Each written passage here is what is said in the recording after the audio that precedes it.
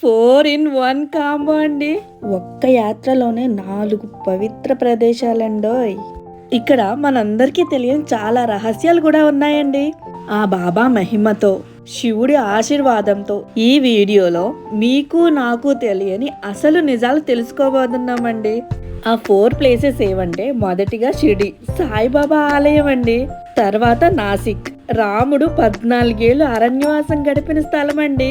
అక్కడి నుంచి త్రయంబకేశ్వరం, ఒక రహస్యంగా నీటిలో మునిగిన జ్యోతిర్లింగం అనమాట. ఫైనల్గా శనిసింగాపురం, అసలు తలుపులే లేని ఊరండి. హాయ్ హలో నమస్తే, రండి చూడండి ఉల్లాసంగా ఉత్సాహంగా మీ ఫేవరెట్ ఛానల్ తేజ్ లహరా. అంతటి అద్భుతమైన యాత్రను మొదలెట్టేద్దామా? మేమైతే సాయినగర్ వరకు ట్రైన్లో వచ్చామండి. అక్కడి నుంచి బాబా దగ్గరికి చాలా దగ్గరండి. అసలు షిరిడి సాయిబాబా ఆలయం ఎందుకంత పవిత్రం?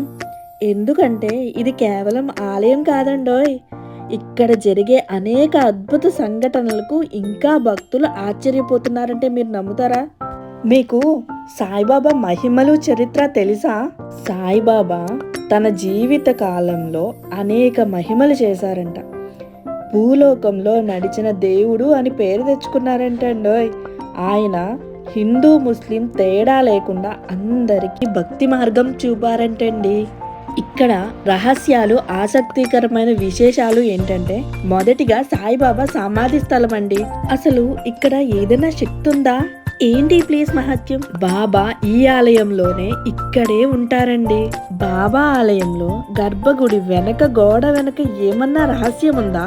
చాలా మందికి తెలియని విషయం ఏంటంటే, ఆలయం వెనక భాగంలో గోప్యంగా ఉన్న ఓ నిహిత స్థలం ఉందని కొంతమంది భక్తులు భావిస్తున్నారండి.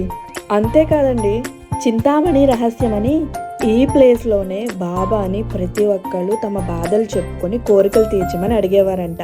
అంతేనా, భక్తులు సాయిబాబా సమాధి ముట్టుకుంటే తప్పనిసరిగా ఎలాంటి ఒత్తిడి ఉన్నా తొలగిపోతుందంటండి. ఆలయంలో ప్రతిరోజు జరిగే హారతి సాయిబాబా కాలం నుండి మారలేదు. అదే పాటలు, అదే విధానం. షిరిడి నుంచి వెహికల్ మాట్లాడుకుని నాసిక్ వెళ్ళామండి. ఈ వీడియో పూర్తిగా చూడండి, ఎందుకంటే టోటల్ ట్రిప్ అనుభవాలన్నీ చెప్పాను. మీరెప్పుడు విన్నట్లుగానే ఉండదండి. నాసిక్ అనగానే మనకి ముందుగా గుర్తొచ్చేది రామాయణం. ఇది దేవతలు స్వయంగా అడుగుపెట్టిన పవిత్ర భూమండి. అబ్బా నిజమండి బాబు. రాముడు, సీతాదేవి, లక్ష్మణుడు ఇక్కడ 14 ఏళ్ళు అరణ్యవాసంలో గడిపారంటండి. మరి నాసిక్ ప్రత్యేకత ఏంటి? భక్తులకు తెలియని కొన్ని రహస్యాలు ఏవి చూద్దామా? అసలు రామాయణానికి నాసిక్కి ఉన్న సంబంధం ఏంటి? ఇప్పుడు మనమున్నది త్రివేణి సంగమం, అంటే ఇది 3 నదులు ఒకే చోట కలిసే స్థలం అని. ఇక్కడ గోదావరి, అరుణ అలాగే వరుణ నదులు కలుస్తాయంటండి. ఇక్కడ స్నానం చేస్తే పాప విమోచనం పొందవచ్చని, ముక్తి సిద్ధించవచ్చని చెబుతారు. ప్రతి 12 ఏళ్లకొకసారి కుంభమేళ ఇక్కడ నిర్వహించబడుతుందంటండి. ఇది ప్రపంచంలోనే అతి పెద్ద భక్తి ఉత్సవాలలో ఒకటంట. ఇక్కడ వింతలు, విశేషాలు ఏంటంటే, మొదటిగా గోదావరి నది ప్రత్యేకత అండి. ఇది నాసిక్లో ప్రవహించే పవిత్ర నది. అలాగే అరుణ, వరుణ నదులు ప్రత్యేకం. పురాణాల ప్రకారం ఇవి భూమి లోపల ప్రవహిస్తూ గోదావరిలో కలిశాయని చెబుతారు.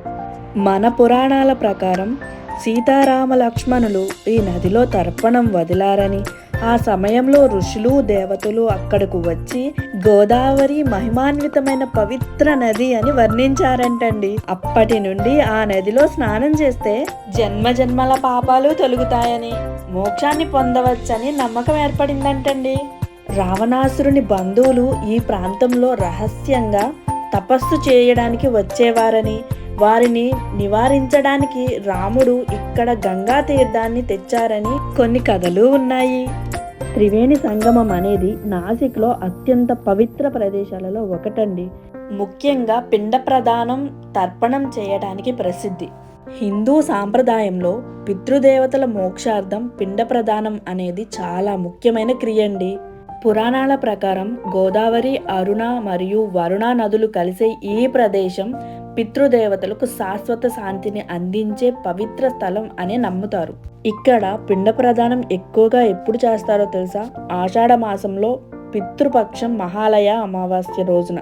అలాగే ఏ భక్తులైనా తమ పితృదేవతలకు సంవత్సరికం అంటారు కదండి, అది కూడా ఇక్కడ చేసుకోవచ్చంట.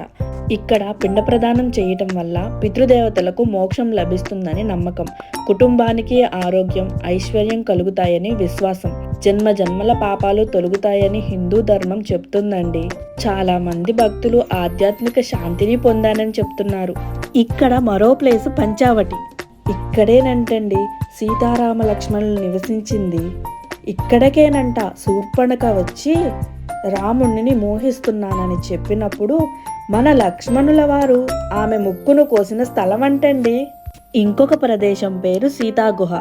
ఇక్కడ కొందరి నమ్మకం ఏంటంటే సీతమ్మను రావణాసుడు అపహరించారు కదండి, అదే ప్లేస్ ని సీతాగుహ అంటారని, అది ఇక్కడే ఉందని కొంతమంది చెప్తున్నారండి. తర్వాత మనకి కనబడేది కల్రం మందిరం అండి.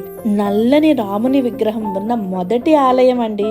ఇక్కడ రాముడు విగ్రహం నల్లగా ఉంటుందంట. కొన్ని పురాణాల ప్రకారం ఈ స్థలం రావణాసుడి కాలంలోనూ శక్తివంతంగా ఉండేదని చెబుతున్నారు. ఇక్కడ దగ్గరలో అంజనీ పర్వతం కూడా ఉందంటండి. హనుమంతుడి జన్మస్థలం అని నమ్మకం. నెక్స్ట్ మన ప్రయాణం త్రయంబకేశ్వరం అండి.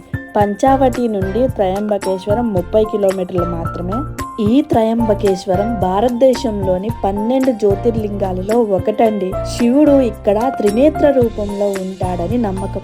ఇక్కడే గోదావరి పుట్టిందంటండి. అలాగే కుంభమేళా నిర్వహించే స్థలం కూడానంటండి. ఇక్కడ విశేషంగా చెప్పుకోవాలంటే త్రయంబకేశ్వర్ ఆలయం అండి. శివుని అత్యంత పవిత్రమైన స్థలం అది. ఏమండోయ్ గోదావరోళ్ళు, మన గోదావరం ఇక్కడే పుట్టిందంటండి. అంతేనా, ఇక్కడ కుంభమేళా కూడా జరుగుతుందంటండి. 12 సంవత్సరాలకు ఒకసారి ప్రత్యేకంగా చేస్తారంట. ఇక్కడ స్పెషల్ ఏంటంటే త్రిముఖ లింగం అండి. 3 ముఖాలతో ఉన్న జ్యోతిర్లింగం అన్నమాట. ఆ 3 ముఖాలు శివుడు, విష్ణువు, బ్రహ్మమూర్తి అంటారు. ఆ లింగం నీటిలో ఉంటుందంటండి.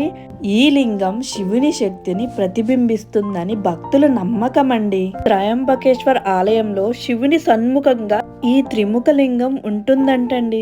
నెక్స్ట్ ఇక్కడి నుండి మన ప్రయాణం శనిసింగనాపూర్ కండి. ఇది ప్రపంచంలో ఏకైక ఊరండి. ఇక్కడ ఇళ్లకి తలుపులే ఉండవు. ఎందుకంటారు? ఎందుకంటే శనిదేవుడు ఆశీర్వాదం ఉన్న కారణంగా ఇక్కడ ఎవ్వరూ దొంగతనాలే చేయలేరంటండి అని ఇక్కడి భక్తుల నమ్మకం. అంతేకాదండోయ్, ఇక్కడ ఎవరు అబద్ధాలే చెప్పలేరంట. ఒక్కసారి అబద్ధం చెప్పి బయటపడిన వ్యక్తికి తీవ్రమైన శిక్ష పడిందంటండి అని ఇక్కడ భక్తులు చెప్పారు సుమా. ఈ శనిదేవుని ఆలయంలో ఏం కోరుకున్నా ఆ కోరికలు తీర్చే శక్తివంతమైన స్థలం అంటండి. శనివారం రోజున ప్రత్యేకంగా పూజలు చేస్తారంటండి. శని త్రయోదశి రోజైతే ఇక్కడ జరిగే పూజలకి వేలాది మంది భక్తులు వస్తారంట. ఇదండి మన 4 హిస్టారికల్ ప్లేసెస్ హిస్టరీ అంతా. చాలా తిరిగేసాం కదా, కొంచెం చెరుకు రసం తాగి వెళ్దామే. ఇదేంటి చెరుకు రసం? అది గానుగులాగా. సూపర్ టాలెంట్ అండి. మీరు ఎప్పుడన్నా ఇలా చెరుకు రసం తాగారా లేదా?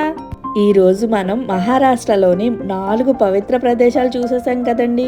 ఫస్ట్ది షిరిడి, తర్వాత నాసిక్, తర్వాత త్రయంబకేశ్వర్, లాస్ట్ది శనిసింగనాపూర్. ఈ ప్లేసెస్ చూసినప్పుడు మీ ఫీలింగ్స్ ఏంటి కమెంట్ చేయండి. నాకేమనిపించిందో తెలుసా, షిరిడి సాయిబాబా ఆలయంలో అద్భుతమైన తన్మయత్వం అండి. బాబాను చూస్తూ ఉండిపోయానంతే. తర్వాత మనం వెళ్ళింది నాసిక్. నాసిక్లో రామాయణంతో సంబంధం ఉన్న ప్రదేశాలు, అదేనండి పంచవటి, సీతాగుహ వంటి ప్రదేశాలు అన్నమాట. రాముని చరిత్రను మనకు గుర్తు చేశాయి కదండి. గోదావరి నది పక్కన ఉన్న ఆ ప్రదేశం అయితే భక్తులకు శాంతి మరియు పుణ్యాన్ని అందిస్తుంది కదా. తర్వాతది త్రయంబకేశ్వర్. 12 జ్యోతిర్లింగాలలో ఒకటైన త్రయంబకేశ్వర్ని నేను చూశానండి. ఇక్కడ ఉన్న శివుని శక్తి, గోదావరి నది పుట్టిన ప్రదేశం వర్ణనాతీతం అండి.